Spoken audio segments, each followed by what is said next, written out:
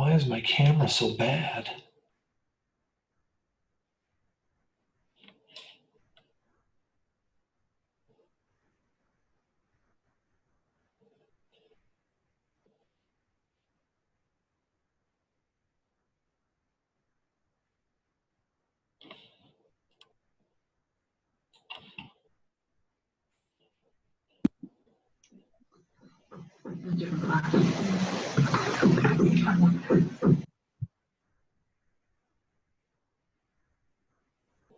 Hi.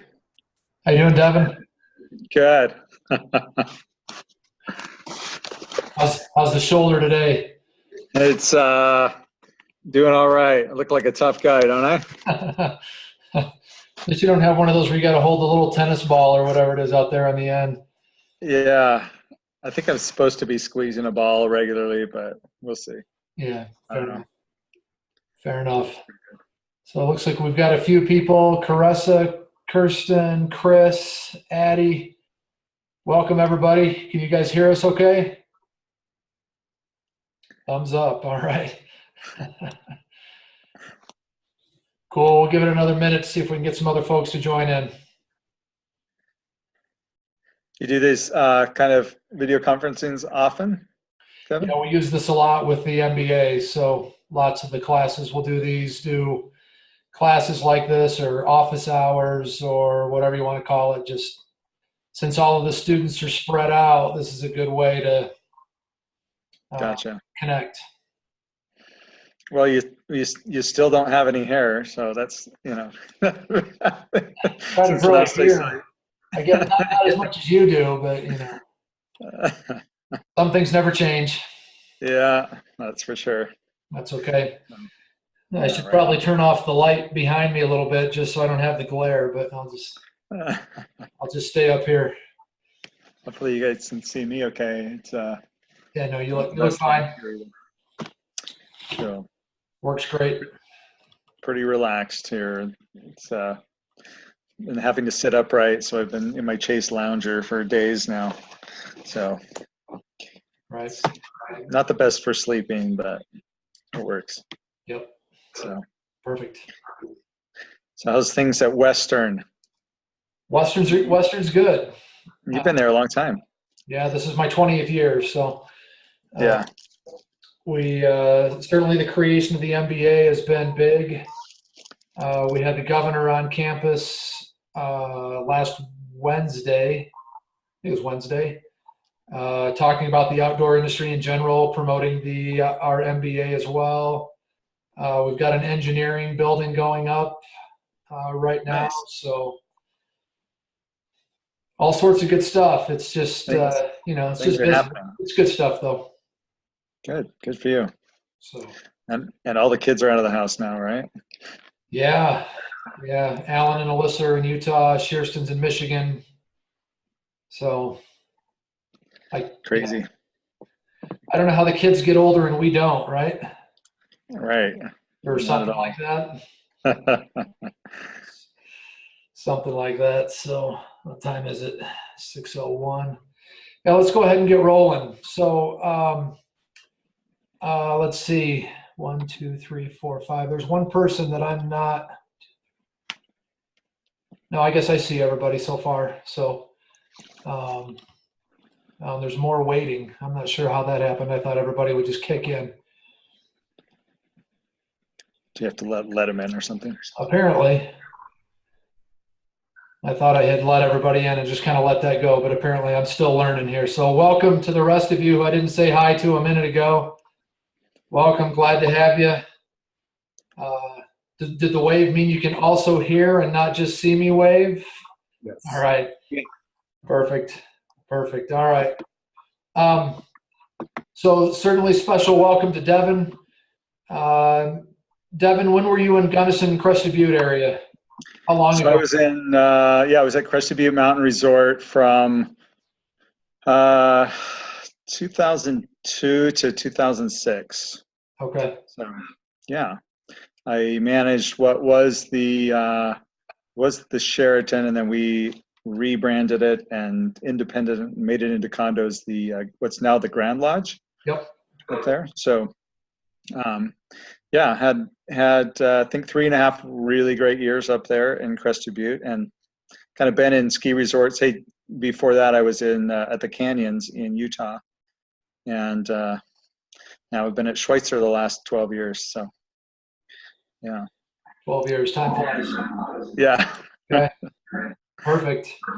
Um, Anything else you'd like to add by way of introduction there, Devin, or shall we jump into some questions? Up to you. Yeah, sure. So a little more background in my hospitality background. Actually, got into hotels when I was 19 years old, and really, I don't know why, but I looked at, I guess from movies or something. I always thought it'd be cool to be a front desk clerk, and so I applied to be a front desk clerk, and I was so excited I got this job, and I loved it. And 1 month after I got it, they shut the hotel down and turned it to apartments. So that was disheartening. But then when my wife got accepted into nursing school down in a small place in Arizona, I went to go work at a hotel there, and went from being a front desk clerk to being the night auditor. And there, the night auditor did everything. So it gave me a good kind of understanding of how a hotel works. And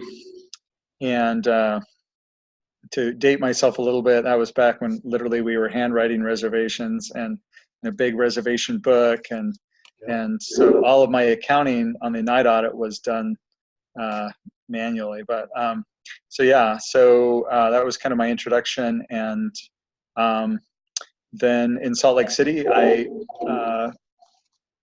became a night audit supervisor, and then a front desk manager, and then a general manager of a Fairfield Inn there, before I had the opportunity to really marry my passions for skiing in the outdoors and all things outdoors with ski resort, and went to Crested Butte. So I've been in hospitality for 27 years now, a long time.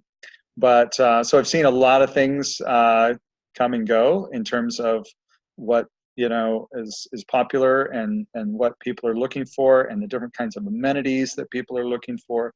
And so and different kinds of expectations and different kinds of vacation experiences that people are looking for. It's broadened. Even in the last 5 years, it's just exploded, with some of the changes in the industry. So lots of cool things, I guess.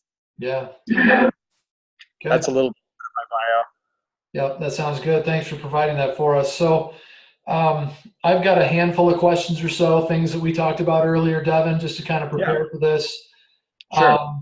Please, those of you who are with us tonight, please feel free to jump in and ask questions. I certainly will leave the time at the end for any questions you guys might have around the different things that we've talked about. But Devin, just walk us through your typical day, right? As you know, whether that was from CBMR or up at Schweitzer, what are you? Yeah. Yeah. So very similar. And just to kind of state a little bit, I guess, what my most recent position has been at Schweitzer is the lodging director. So managing 2 different hotels and a bunch of condos kind of throughout. And so it's true kind of property management. So really, instead of owning our own lodging, about 30 years ago, ski resorts decided that it was much more profitable to sell off their rooms, and because they were always cash desperate. And so then you end up with all of these products, and it's pretty typical in the ski industry, where if you see a hotel, it might look and feel like a hotel, but it's actually it's a condominium building. And so that's kind of what we were in. We didn't actually own anything, just a few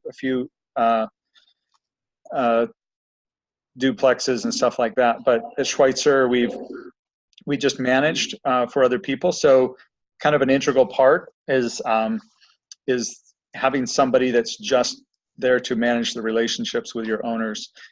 So that's it's kind of unique and maybe different in terms of how other hotels might work, where the hotel owner owns the whole building.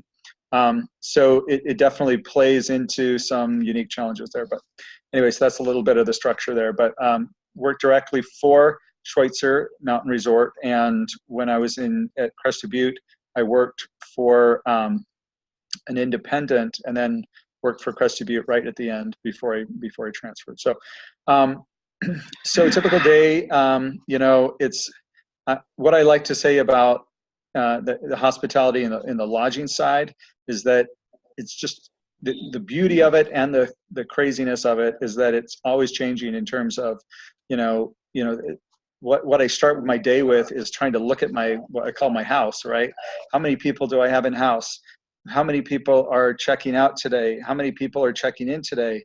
What is there anything coming up big? Is a group coming in that needs bags pulled, and do I have enough staff on hand for that?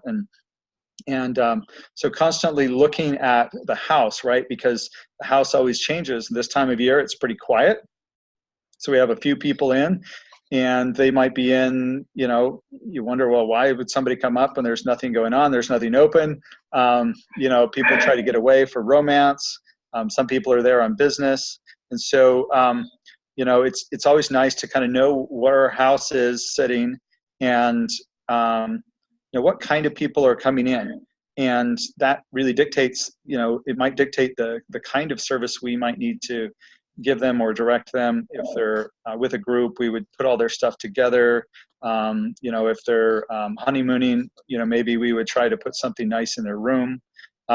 So really that's kind of the first thing is what's going on today, checking the emails, finding out, are there, certain circumstances. In my world, each shift will do kind of a recap by email of their shift, anything that's outstanding. So I look through that. Is there a room that needs maintenance, or is there somebody that needs to be moved tomorrow because this is going on, or so and so checked out early? What do I do? Do I charge them or not? And so a lot of things get communicated by shifts because we are open 24/7. That need to kind of look at all of all those little things that change, because in my world, I had not only 2 hotels plus a lot of things, but I had 44 different room types, right? So I've got everything from small condos, studios, and hotel rooms to big luxurious ski homes, and right. So you have very different clientele. You have very different number of people that are staying in these, and different purposes that people come up. Again, we would have corporate groups that would come up on retreat. We would have some business travelers, primarily leisure travelers. So we have, when you combine, you've got like 40 different types of lodging inventory that you're selling online through about 100 different revenue channels. And you add on top of that all of the seasons. The prices change every season. And there's also specials and packages and add-ons. It becomes a really complex beast. So just making sure, I have a revenue and reservations manager that, most of what he does is looks and says, okay, is everything look okay with this reservation? Did they get the room type that they're looking for? Is the rate set up correctly? Did we add on ski tickets? Did we add on, these things? Did they get this information? Do they get breakfast? Because they're paying where this owner reservation doesn't get breakfast, right? So you have all these different types of, so it does become a pretty complex beast in that sense. And so kind of really trying to understand who's there and why they're there. And, it helps us to give great service too, because like I said, if somebody's coming in on a honeymoon, we note that down. So we talk about it when they come in. Maybe we throw something in their room. We really want to, at the end of the day, we want people to go away and say, wow, this was more than I expected, right? So every time you go on a vacation, whether you're booking an Airbnb or you're, booking a cruise, a Disney cruise, it's either going to meet your expectation, or it's going to not meet your expectation, or it's going to exceed your expectation. And so it was always just a personal goal of mine to see how I could exceed people's expectations so that when they left, they were blown away, that we could be so serviceable to them and so amenable to them. And you know, for me personally, I always like to get my guests to get my staff to really understand and know the customers, especially those that were there for a long time. And the owners, when they would stay, they would also check in, and you know, we would really want to make sure everybody knew who they were, so they really felt comfortable when they came to their home. So yeah, lots of different types. You know, again, you've got so going through the day, it's talking to different department heads. It's maybe talking to housekeeping because this person needs hypoallergenic pillows, and talking to reservations about, hey, can we cut these guys a deal because they're buying 5 rooms over 7 nights, right? And so it's always changing. It's just which is something I've always loved about the business, because people have different reasons. You think everybody, just because it's the skiers, are always all the same type of people, but you know, some of these ski clubs that we have, they're an older demographic, so we really take extra time and cater to them, and make sure that they understand everything that's available to them at the resort. And you know, we do a free welcome reception for our groups where we talk about, we literally package excursions just like you would on a cruise. We say, hey, if you get enough people together and meet this minimum, we'll do a night down in Sandpoint, we'll go to this restaurant, we'll go wine tasting or bar hopping, or it might be a special ski clinic for your group about powder skiing and how to ski powder, or you know, those kinds of things. So we would tailor these you know, these experiences to different types of people that would be coming in different types of groups. So yeah, it's, you know, I'd like to say I just do this, but it's so much just kind of, you know, working on what I can, and then working on big projects, because there's always something changing on. One of the things we've been working on lately is, again, talk about the change in trends and technology, is we're working on a new key locks, right? Well, 20 years ago when our system was installed, you know, we had these, you know, these key cards were so cool because you could program them and you can change them and they didn't have to have hard keys anymore, right? Well, now those are becoming really obsolete, and people are looking at different ways to open their door through their phone or through a keypad that they get a text. You know, one of the big recent emerging trends in hospitality lodging is this, you know, this ability, because they have your phone number, right, when you made the reservation, to have this text dialogue with you. You know, they'll text you an hour after you got in. If hour after you checked in, they'll give you an automatic text that says, hey, how's your room? Everything okay? And you think you're talking to a real person, but it's just auto-generated.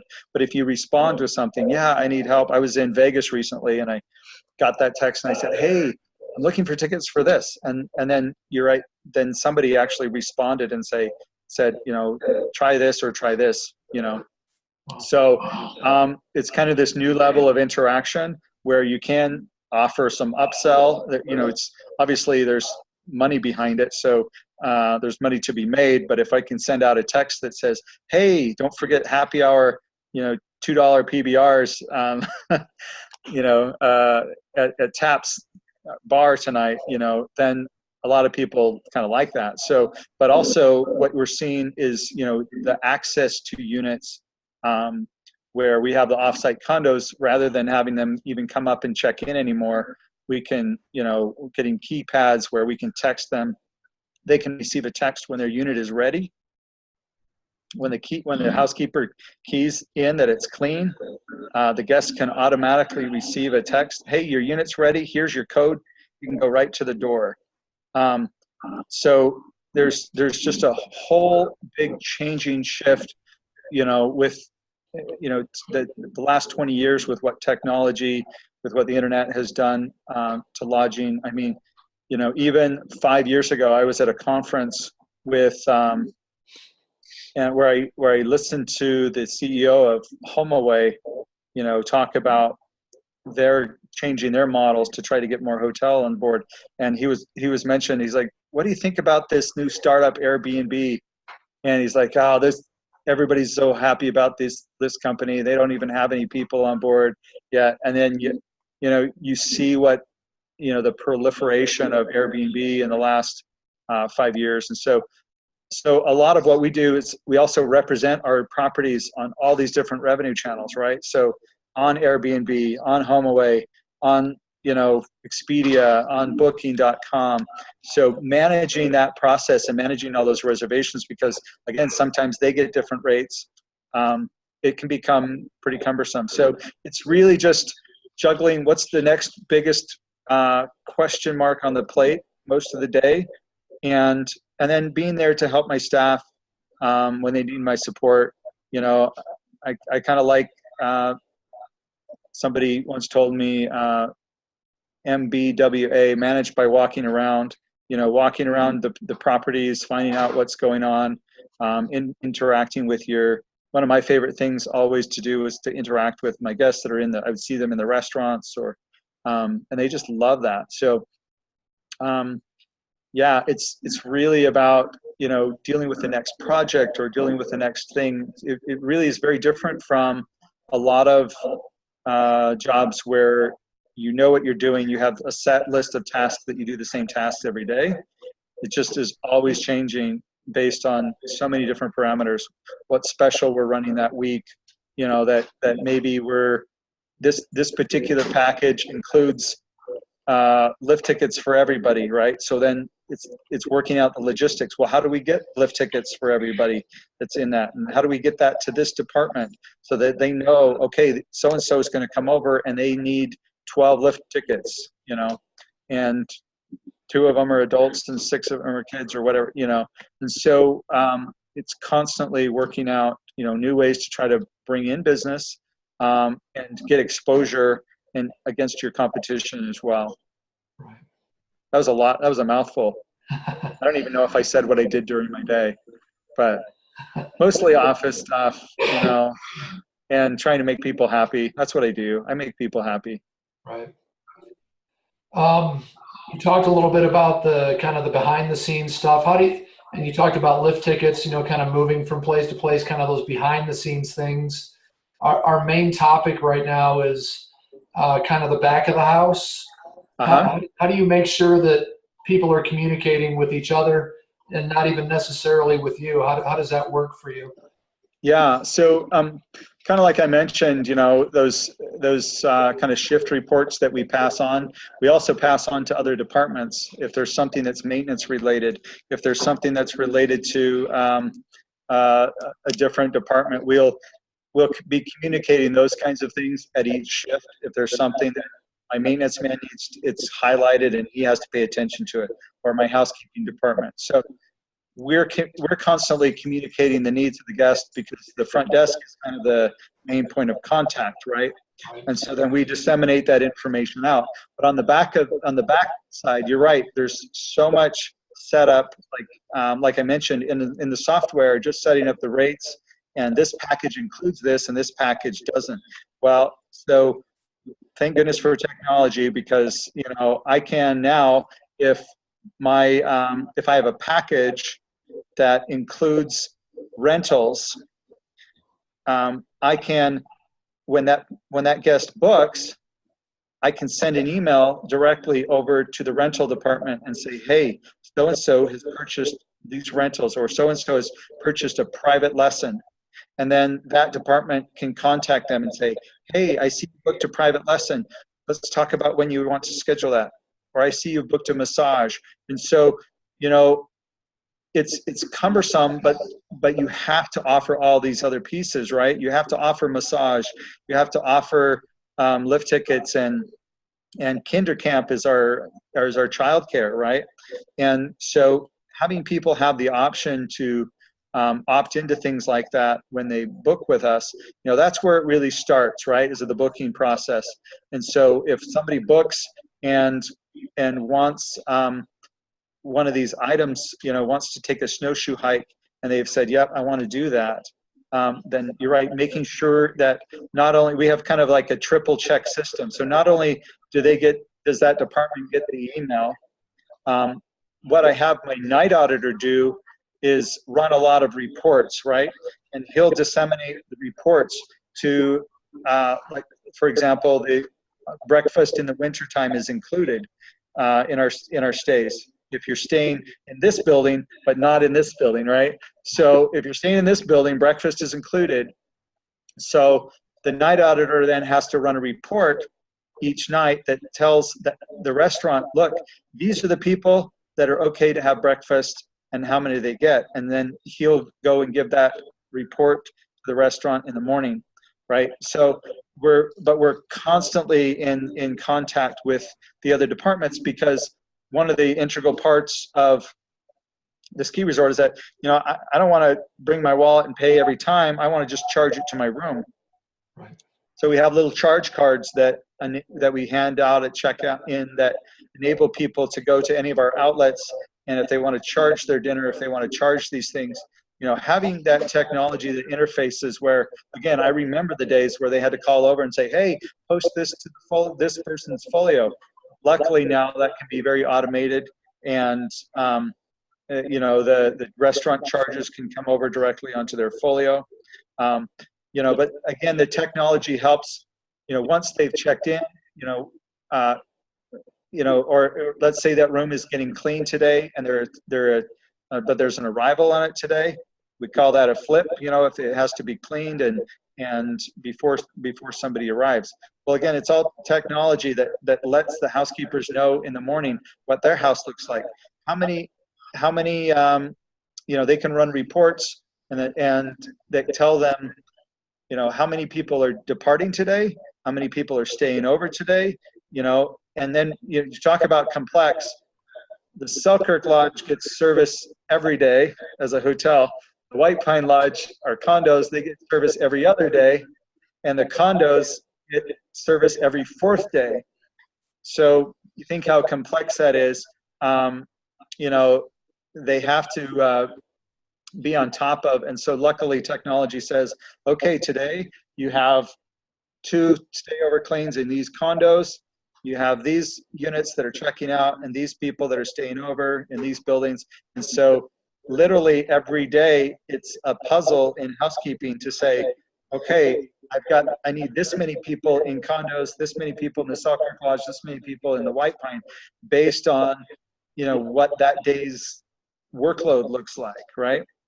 And so again, so then they can take it and say, all right, this team, you're going to go and you're going to have this much work. So they know it kind of exactly. In fact, the technology today is so nice that you can even say, okay, for this particular unit is a hotel unit with 2 queen beds, so it should take 30 minutes for a turnover, 15 minutes for a stayover, and so we can look at the efficiency of our housekeeping by time, and we can schedule it by time.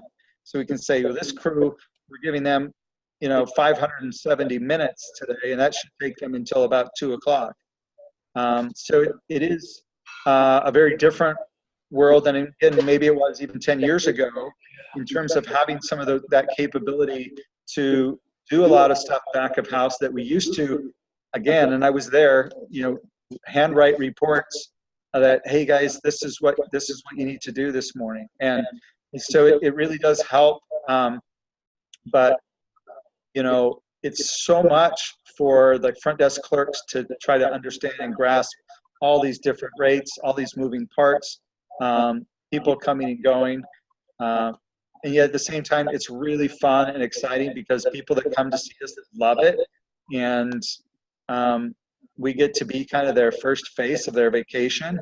And it's just a really neat opportunity for us to set them off on the right foot and answer all their questions and make things happen for them. Because often we are, based upon what we've learned from the customer that's checking in, we may want to call a different department. We might want to call the gourmandie and say, hey, I'm going to send this couple over because they like wine and they were looking for a place, treat them really nice because of X, right? So Um, you know, in terms of the back of house, we try to meet regularly, but it's really, we don't have that much time to meet either. It's not like we have time to, hey, let's all come together and talk about this for, much time. So really, we do rely on a lot of that internal communication, email. We have radios that we use to radio different departments. If we need maintenance to come over, we have a fire alarm come off, we can radio security. So a lot of our communication works not by the phone, surprisingly. It works either by radio or by email if it's something that we need to look at and address, or you're trying to address to a big group. So a lot of communication that way, a lot of just quick communication. Hey, maintenance, I need you to go check the temperature of the pool. Somebody reported that it was cold, right? And they'll go up and try to fix it.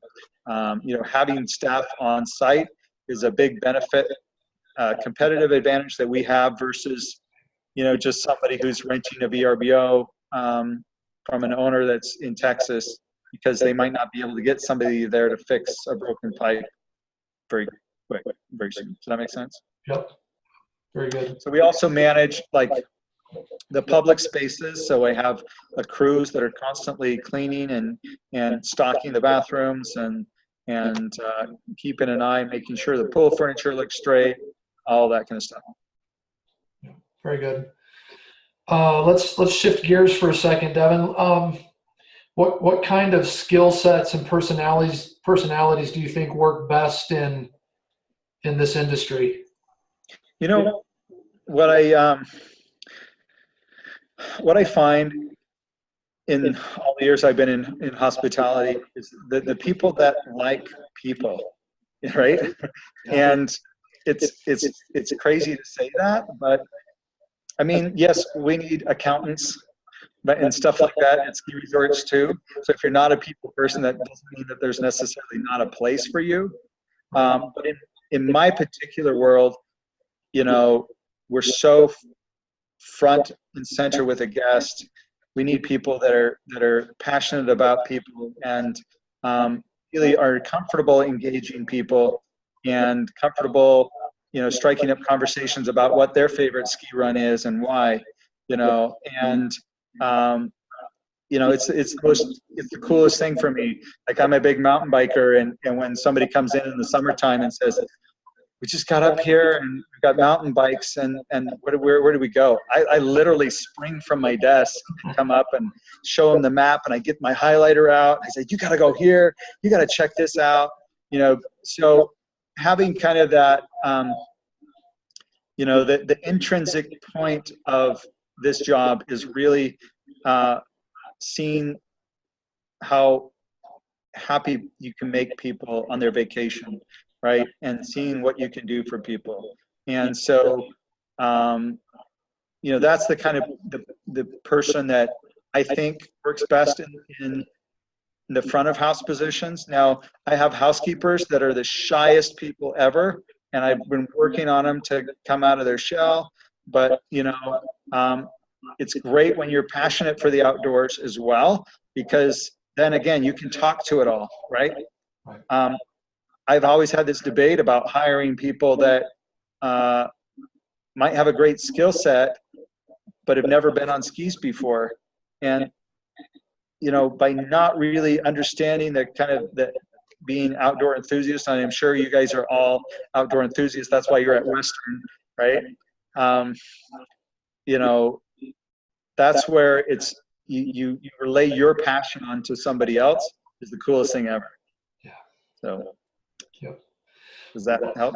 Yeah, that's great. How about drawbacks to the profession and the industry, do you think?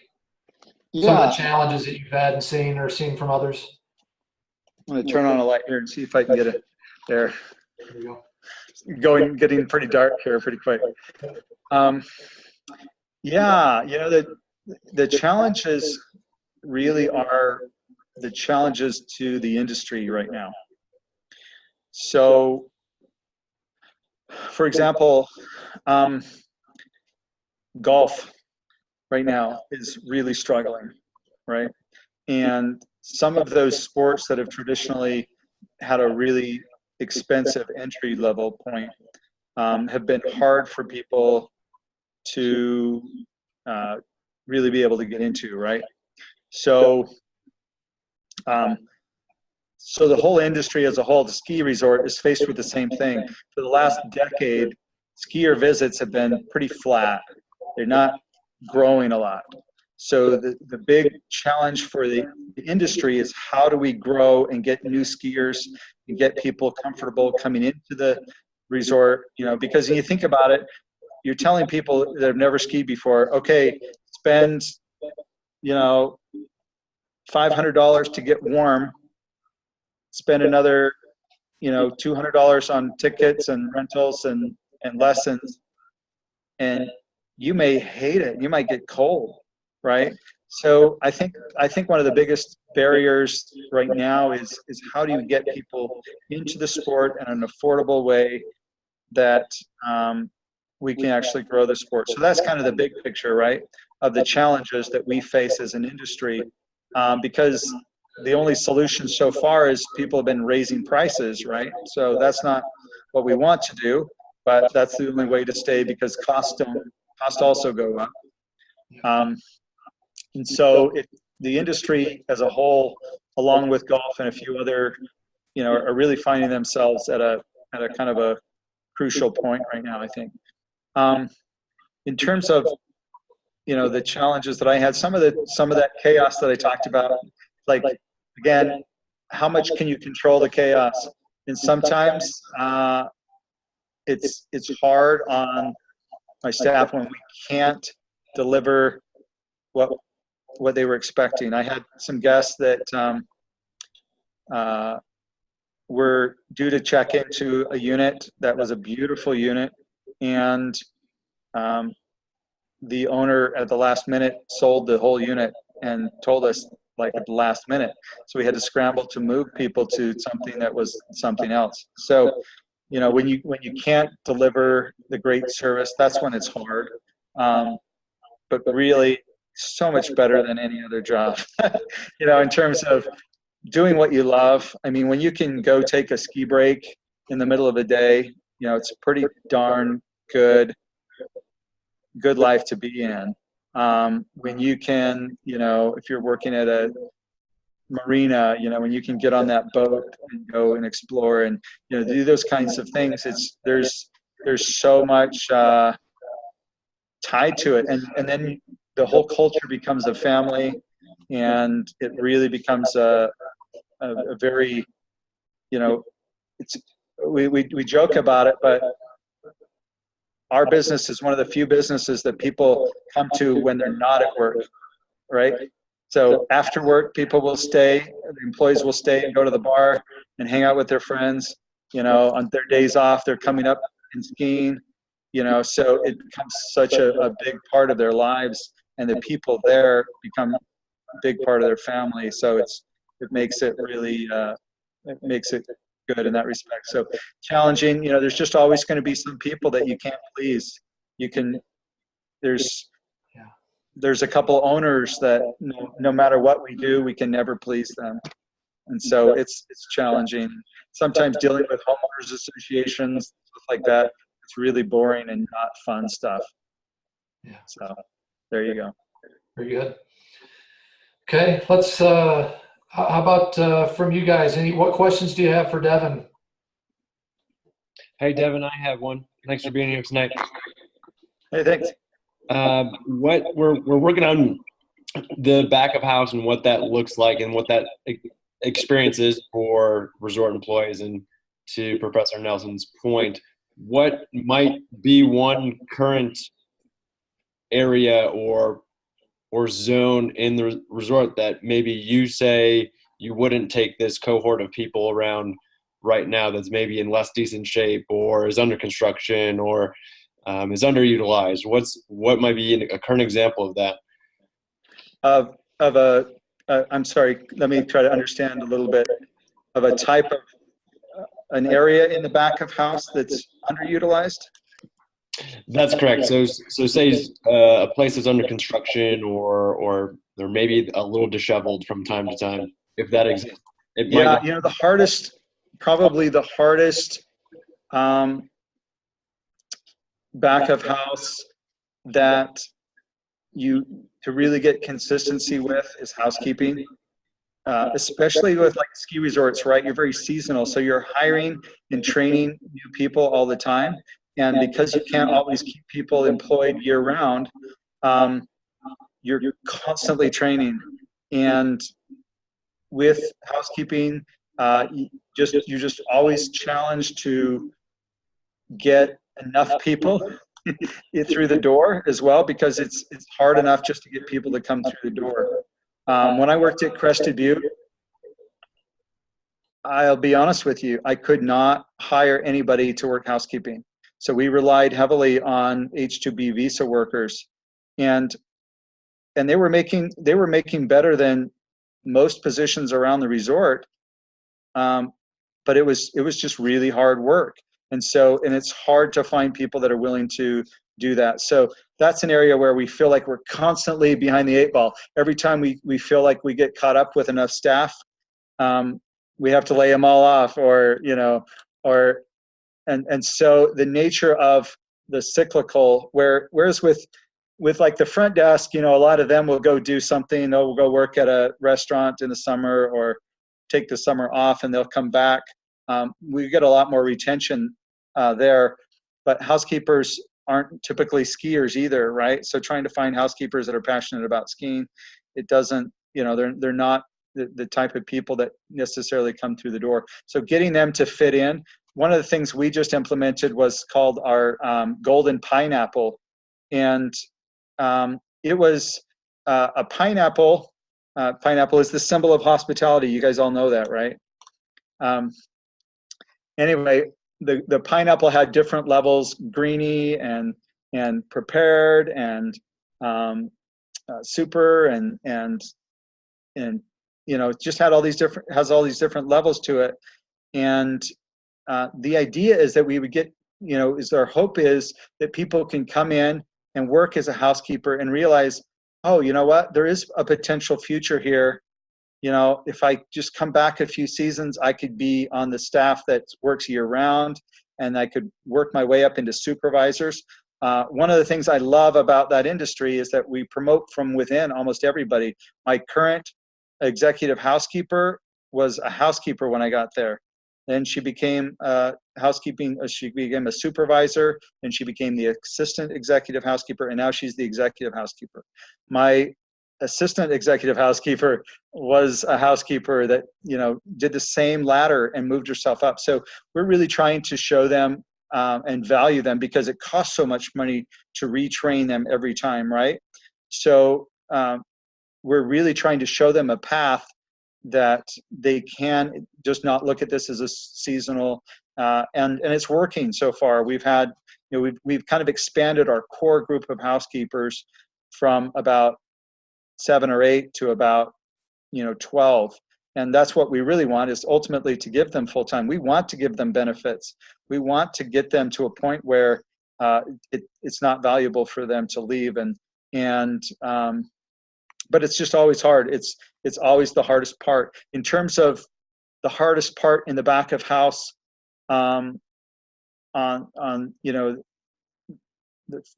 front desk side, is really the reservations, just because there's so many things changing in that field. Every 6 months, you've got TripAdvisor that's doing something completely different from what they were doing before.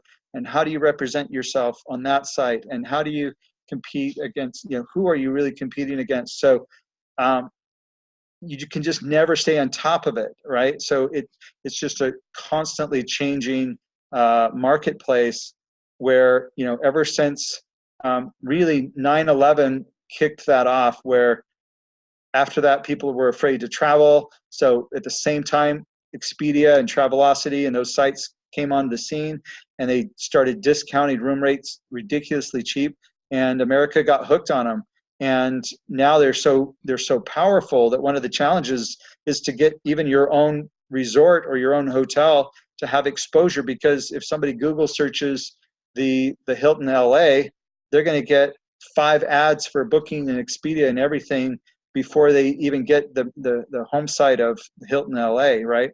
So that's a constantly changing battle, and it's like playing with the devil, right? Because you hate these guys because you give them a 20% commission on everything, so they're taking 20% of your profits right off the bat, and they're using that money to go ahead and market and jump in front of you before you can even be seen. So it's a kind of a damned if you do, damned if you don't scenario. So always, it's a constantly moving. The players are different. The players are moving. Airbnb, when they got into their space before, it was all about this personal experience. Well, now they're going the same way that HomeAway did and VRBO, which is, now they're representing hotel inventory on their website. So kind of went away from their core product, chasing the dollar of the bigger things. So now we have to have interfaces with some of those, and they don't interface very well. So there's just big changes in that whole revenue management side. That, I'm sending my revenue manager to Vegas next week to a conference just so he can try to stay up to date on all the changes. That was a really long-winded answer to your question. Does that help? That's okay. Great. Thank you. Okay. Perfect. Others? Yeah, I have a question. I was just kind of curious what you see the future of the ski resort industry kind of going, what direction, because, with less and less snow, less people are booking into hotels and resorts. And so I know that some things are trying to gear towards more summer events like zip lining and outdoor excursions you can do in the summer. But what do you see maintaining the winter wise? Future. Certainly, you're absolutely correct in that summer is becoming a bigger and bigger part of ski resorts, and it has to, because summer traditionally is a time when ski resorts would lose money, and so the less you can lose, right, then the better off you're going to be in the winter. So ski resorts have put a lot of emphasis on summer, and yet some of that is also starting to fade because everybody's been on a zip line now. A lot of people have done ropes courses now. Everybody's done an alpine slide. So it's constantly changing, right? And trying to figure out, it's almost becoming like an amusement park of what kind of things can you do to attract and fill some of these beds. And some of the events that, events used to be a big thing. Like we do a lot of weddings, and that's great business. And that brings in people for the whole weekend, and they spend a ton of money. So in the last few years, we put a wedding pad on the top. We built a restaurant on the top of our, that has this amazing view of the lake, and all geared towards, non-winter. Even though it has a great function in the winter, as a nice place to eat and catch the view, it's really geared more towards the year-round experience. And resorts are having to do that for sure. I wouldn't say it's not all doom and gloom, from the winter side either. I think that there are some innovative things coming out right now. There's some, one of the products that's coming out that a lot of ski resorts are adopting is called terrain-based learning. And terrain-based learning really puts people on gentle, fun kind of experiences on their first day, so that they can get the feel of what it's like to just go up a little side of a half pipe and come down, or go over a few rollers and just to experience the fun of being on the snow and sliding on the snow. And I'm hopeful that some of that stuff will get people out, but we're fighting against the device, right? Everybody, we're fighting against device time. We're fighting against all of that. So I'm not really doom and gloom on the winter, and we're coming off of our best. But at the end of the day, we're all farmers, right? And you're right. The concern about global warming is huge because we are farmers, and if our crops dry up, we are just as dependent upon the weather. And snowmaking is as nice as it can be. I mean, we shot up our guns today. Snowmaking can be great, but it's giving you a little bit of business early on. It can't save the industry. So ski resorts like ours, Crested Butte's at 9,000 feet, but Schweitzer is only at 4,700 feet. So, we've got a much lower base. So we've had some seasons recently where we've had some big rain events during the winter, and it's really frustrating and kind of scary, And so, I think that it's all about building up the other things to do as well, right? So we're looking at building up more spa and aquatic soaking experiences that are still okay to do in the rain, right? And so it's adding those other kind of amenities. You can't count on just skiing anymore, because if you take the family vacation, it's likely that half of the family has zero interest in skiing, right? So it's really about expanding the other kind of services and amenities.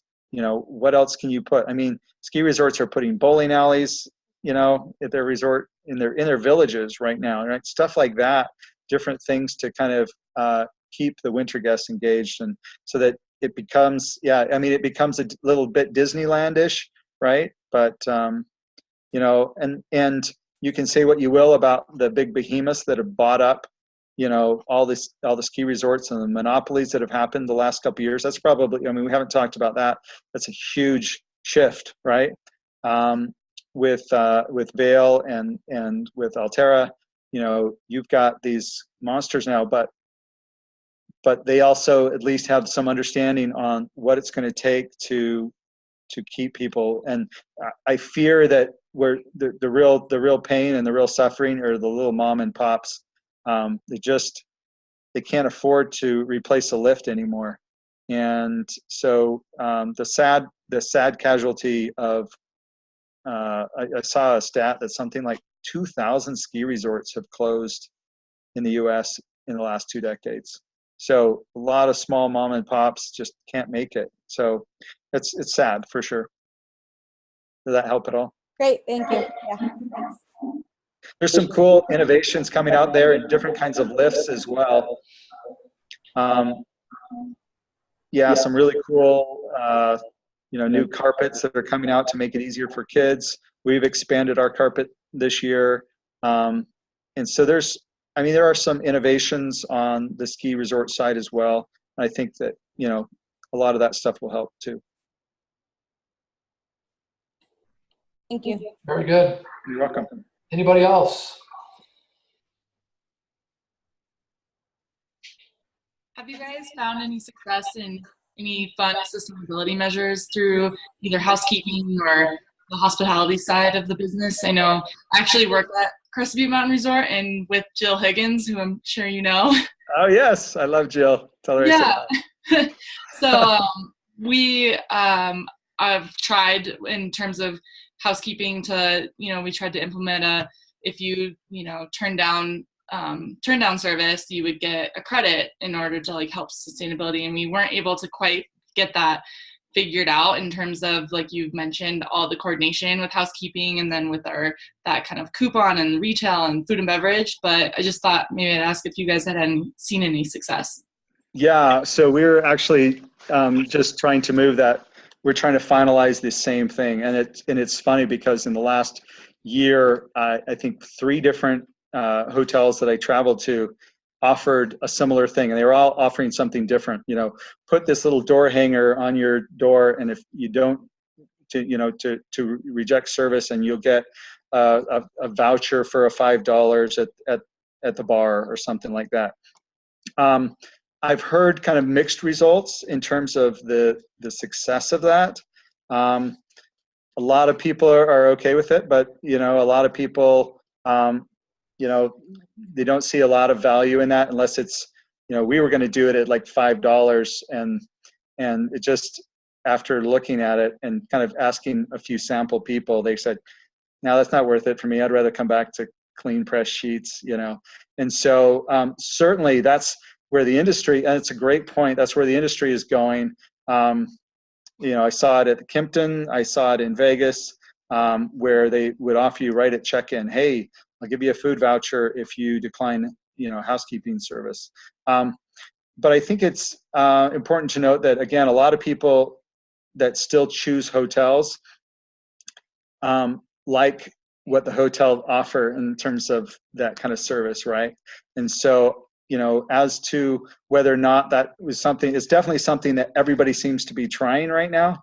I just don't know what the long-term success is, but it's certainly aimed at addressing, the housekeeping shortages. And there's always this question mark, even if you do have H-2B visa workers up there, it's always this question mark of, well, are they going to get all axed next year by Trump or whatever else? And you just never know if those kind of programs are going to be sustainable. So, we're looking, what we're really trying to focus on, and we've also offered some incentives like $1.50 if you come on and you stay through the whole summer and you don't have any call-in sicks, and or if you don't call no shows and stuff like that, where you get $1.50 more on top of your wage at the end of the season.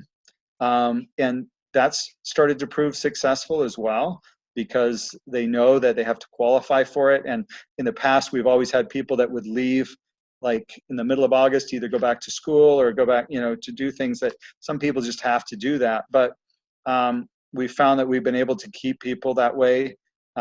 So that's getting creative with when other people, I know that a lot of people are looking at, one of the things we've looked at recently is companies that are similar to the H-2Bs that provide workers from overseas, but instead they actually come from the U.S. in more impoverished areas of the U.S. So they will bus them in from Huntsville, Alabama, or where have you. And as long as you can provide housing for them, they'll provide a contract for them. I've seen quite a few, different resorts going in that direction. So yeah, a lot of things to try to get people to try to save in housekeeping, because it's a problem that hasn't gone away. Whether you're paying piece rate, which I did at Crested Butte, piece rate was great because the fast housekeepers could make $15 to $20 an hour, but the quality was never as good, right? So it's always this give or take, and whether or not you can be successful. But probably the most success I had is, I think, in housekeeping is leaders that the housekeepers want to follow. Is if you don't have leaders and supervisors that show by example the hard work, if you have supervisors that show by the hard work, then everybody will fall in line and do the hard work, and people will stay. But it's doing constantly things for them. Like I talked about our Golden Pineapple program. It's doing things that they can come in and say, oh, I have a potential here. What's really cool is they get a pin for each level. There's a color, and it's a nice Swarovski crystal pin that they wear, and they love it. It's a pride thing. It's, hey, I'm at this level, and I've earned this respect from everybody else. And so getting them, again, because they're not such participants in the skiing and that culture, so how do you get them have their own internal culture that they really thrive on and keeps them there and keeps them coming back? Does that help? Yeah. Say hi to Joe for me. I will. Perfect. Okay. Well, hey, Devin, any final thoughts as we wrap up here? No, I think I blabbed on pretty good. No, thanks for, I'm glad to always help. I remember very fondly my days in Crested Butte and in Gunnison and coming down to Western and doing something similar. So, great luck. This industry that you guys are choosing, I mean, it's great that you're getting an education. I have an employee, I just promoted a front desk manager. She just completed her hospitality degree at North Idaho College. It's a very similar type of program. And she's just set up to take my place someday, I'm telling you, and she's 25. And I love that, right? And I love that, what I would say is get in the door, and if you have a passion for this and you are that type of personality, and you have a great work ethic, you cannot help but to grow in this industry. I mean, I came from, I'll be honest with you, I'm dumb. I think I have an associate's degree, but because I got in early and I really loved what I did, you just can't help but grow in this industry. I've seen it so many times. I've had so many people that I've promoted myself, probably 50, line staff that I've promoted to supervisors or managers. And so I would say get in the door, use this degree that you're getting and combine that. That's really powerful. And then don't forget to do the things you love to do. Don't let it absorb you, though. Make sure you're still taking the ski breaks. Make sure that you're still, it's kind of like working at a pizza place, right? Sometimes it makes pizza really bland if you work there every time. But you gotta enjoy. You gotta remember why you're there. And what a cool industry. I'm jealous of you guys all starting out at that end. Because it's a great time too. I mean, there are so many opportunities in our industry right now for people who are engaging and again have a great attitude. There's just so many wonderful opportunities, and so I give you big kudos for following your heart and doing things you love to do. Wonderful. All right. Thanks again, Devin. Appreciate your time and willingness Thank you. to be with us tonight. Thanks, everybody else. Thanks, Devin. All right, you bet. See you again soon. All right, have a great night. Good night. I'll see you. Bye.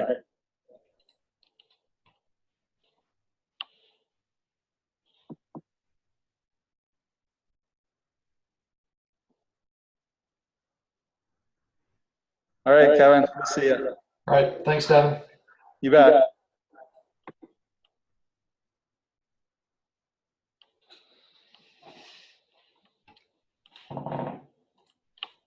Great.